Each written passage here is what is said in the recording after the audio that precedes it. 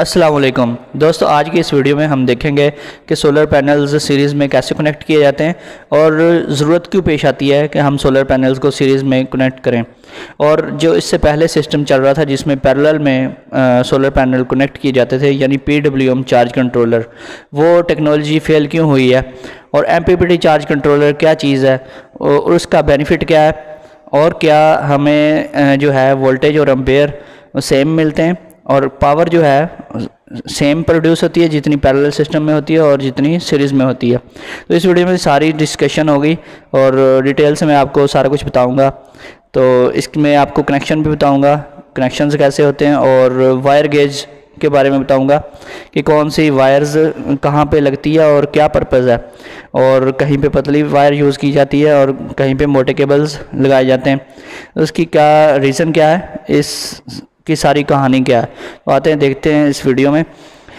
दोस्तों, जब भी हमने सीरीज़ में सोलर पैनल्स कनेक्ट करने होते हैं तो अगर हम दो पैनल्स यूज़ कर रहे हैं सीरीज़ में लगाने हैं तो प्लस माइनस को आपस में जोड़ देंगे।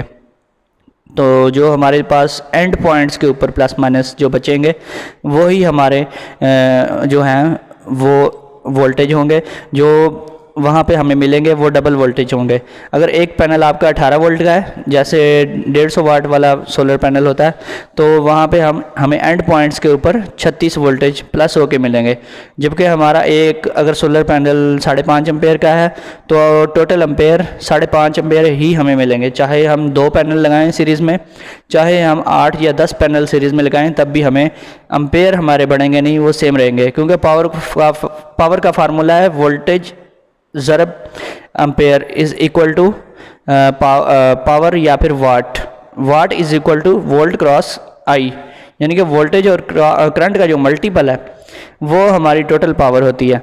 अब ये टोटल जो पावर है, कुछ लोग कहते हैं कि सीरीज़ में लगाने से पावर बढ़ जाती है। बढ़ती बिल्कुल नहीं है। हमें ये ज़रूर होता है कि इसमें लाइन लॉसेस बहुत कम होते हैं, क्योंकि हमें इससे पतली वायर जो है वो ही लगा के 4 mm या 6 mm वायर लगा के हमारा काम जो चल जाता है। अगर हम 10-12 फुट की हाइट से सोलर पैनल को करंट नीचे बैटरियों या इन्वर्टर तक लेके आ रहे हैं तो हम 4 mm या 6 mm लगा कर हमारा काम चल जाएगा।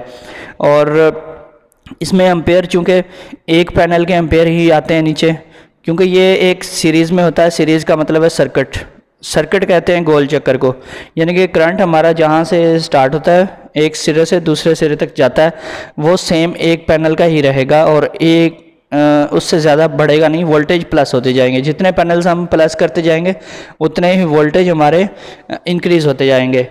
तो जैसा कि इस सिस्टम में है 12 वोल्ट का एक पैनल है और ये हमें टोटल एंड पॉइंट के ऊपर 36 वोल्ट मिल रहे हैं, और 200 वाट के पैनल्स हैं तो हमें 3 पैनल्स लगा के 600 वाट मिल गए। और अगर इनके एम्पेयर्स, अगर 10 एम्पेयर का एक पैनल होगा तो टोटल एम्पेयर पूरे सर्किट में हमें 10 एम्पेयर ही मिलेंगे, इससे ज़्यादा नहीं होंगे। तो दोस्तों, अब आते हैं वायर गेज की तरफ। पैरेलल में जब हम PWM चार्ज कंट्रोलर के साथ लगाते थे तो उसमें ये इशू आता था कि हम 2 या 4 पैनल की हद तक तो वो हमारा PWM चार्ज कंट्रोलर वाला सिस्टम पैरेलल में जो पैनल कनेक्ट करता है वो सही चलता था। जब हम ज़्यादा 7-8 पैनल या 10 पैनल उसके साथ लगाने की कोशिश करते थे तो वो हमें जो है एफिशिएंसी नहीं देता था, यानी कि उसको फिर अगर हम 8 या 10 पैनल लगाते हैं उसको 40 से 50 एम्पेयर या 60 एम्पेयर हमें प्रोवाइड करने चाहिए, लेकिन वो नहीं करता। उसमें 2 रीज़न्स हैं। एक तो वजह यह है कि जितना बड़ा भी हम चार्ज कंट्रोलर ले लें PWM, उसके अंदर जो FETs होते हैं उसकी एक लिमिट होती है। वो बड़े से बड़ा भी 40 या 50 एम्पेयर की रेंज में मिलता है, इससे ज़्यादा बड़ा अवेलेबल नहीं होता। अगर बना भी लें तो वो बहुत कॉस्टली बनेगा और मिलेगा और हीटअप बहुत ज़्यादा होगा, क्योंकि ऐसे कोई भी FETs नहीं होते जो 70 या 80 एम्पेयर के करीब हमें जनरेट करके दे सकें। और एक तो होगी ये रीज़न, और दूसरी रीज़न ये है कि हमें फिर जितने पैनल्स हम पैरेलल में लगाते थे उतनी ही हमें डबल वायर को भी डबल करना पड़ता था। यानी कि पहले अगर 4 mm की एक वायर लगा रहे हैं फिर हमें 4 mm की 2 वायर्स लगानी पड़ती थी, या फिर हमें 8 या 10 mm की वायर 2 पैनल के लिए लगानी पड़ती थी। जैसे अगर हमने 8 या 10 पैनल लगाने हैं तो फिर हमें 16 mm या 25 mm की वायर लगानी पड़ेगी। अब वो 16 mm या 25 mm की वायर जो फुट के रेट के हिसाब से मिलती है, 150 रुपये या 200 रुपये पर फुट है। अगर प्योर कापर में ढूंढेंगे तो 250 रुपये फुट के हिसाब से मिलेगी सिंगल वायर। तो आप अगर वो पूरी वायर लें तो 10-12 हज़ार की वायर बनेगी, इतनी मोटी वायर। और फिर भी आपको पूरा रिज़ल्ट फिर भी किस्मत की बात है कि मिल जाए। उसमें भी लाइन लॉसेस होते हैं, क्योंकि 50, 60 या 70, 80 एम्पेयर्स को सेकंड या थर्ड फ्लोर से फर्स्ट फ्लोर के ऊपर जहाँ पे आपने इन्वर्टर लगाया हुआ है या बैटरीज आपकी पड़ी हुई हैं, वहाँ पे आपने लाने हैं पूरे। वो बहुत ही आपके लिए मुश्किल काम है कि किसी भी कंडक्टर को यूज़ करते हुए आप पूरे एम्पेयर्स नीचे ले आए। सीरीज सिस्टम में क्या होता है, एम्पेयर्स हमारे पास वही 6, 7 या 8, 10 एम्पेयर होते हैं जो एक पैनल के होते हैं, और वोल्टेज जो है वो इंक्रीज़ हो जाते हैं। वो 300 या 400 वोल्टेज हम 8 या 10 पैनल्स की स्ट्रिंग जब बनाते हैं तो वो हो जाते हैं 300-400 वोल्टेज। वो हाई वोल्टेज होते हैं, तो हमारी जो एनर्जी उतनी ही होती है, लेकिन हमें एम्पेयर की वजह से जो मोटे कंडक्टर यूज़ करने पड़ते थे वो नहीं यूज़ करने पड़ते। हमें पतली वायर जो है 4 mm या 6 mm की, जो इतनी ज़्यादा कॉस्टली भी नहीं होती, सस्ती मिल जाती है, वो ही चल जाती है। और आगे हम MPPT चार्ज कंट्रोलर जो न्यू टेक्नोलॉजी है वो यूज़ करते हैं, यानी कि मैक्सिमम पावर पॉइंट ट्रैकिंग। यानी कि इसमें इन्वर्टर या फिर MPPT जो चार्ज कंट्रोलर है वो खुद ट्रेस करता है कि हमारा सिस्टम आगे कितने वोल्टेज का है।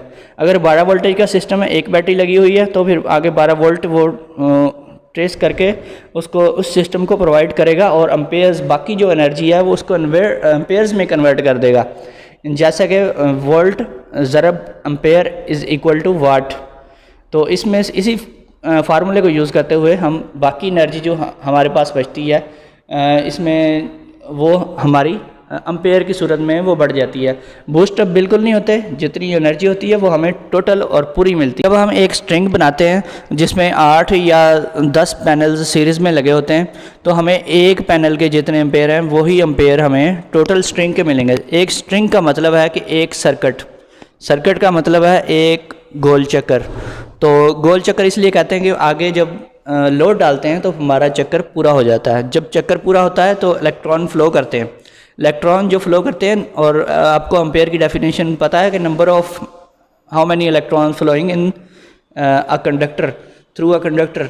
तो उसमें जितने ज़्यादा मोटा कंडक्टर होगा उतने ज़्यादा एम्पेयर क्रॉस होंगे।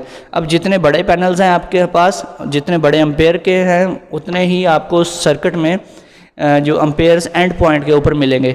तो दोस्तों, जब एक स्ट्रिंग है तो अगर एक पैनल 10 एम्पेयर का है तो पूरी स्ट्रिंग के आपके 10 एम्पेयर ही होंगे। और अगर आप 2 स्ट्रिंग्स पैरेलल कर रहे हैं तो फिर आपके 2 जो हैं 10 और 10 20 एम्पेयर आपको टोटल मिलेंगे। तो दोस्तों, अगर जैसे ही आप पैरेलल में जाएंगे, चाहे आपने स्ट्रिंग्स लगाई हुई हैं, तो फिर आपको कंडक्टर भी डबल करना पड़ेगा। कंडक्टर अगर आप पहले 6 mm लगा रहे हैं तो फिर आप 10 mm लगाएं। अगर आप जितना ज़्यादा मोटा कंडक्टर यूज़ करेंगे उसमें आपका ही बेनिफिट है। उसमें थोड़ा बहुत फ़र्क ज़रूर पड़ता है, चाहे ज़्यादा फ़र्क नहीं पड़ता लेकिन फ़र्क ज़रूर पड़ता है। और जितना मोटा आप कंडक्टर यूज़ करेंगे, जितनी मोटी वायर यूज़ करेंगे और जितनी प्योर कॉपर होगी, उसमें आपको एनर्जी मैक्सिमम मिलेगी और आपके लाइन लॉसेस जो हैं वो कंट्रोल हो जाएंगे।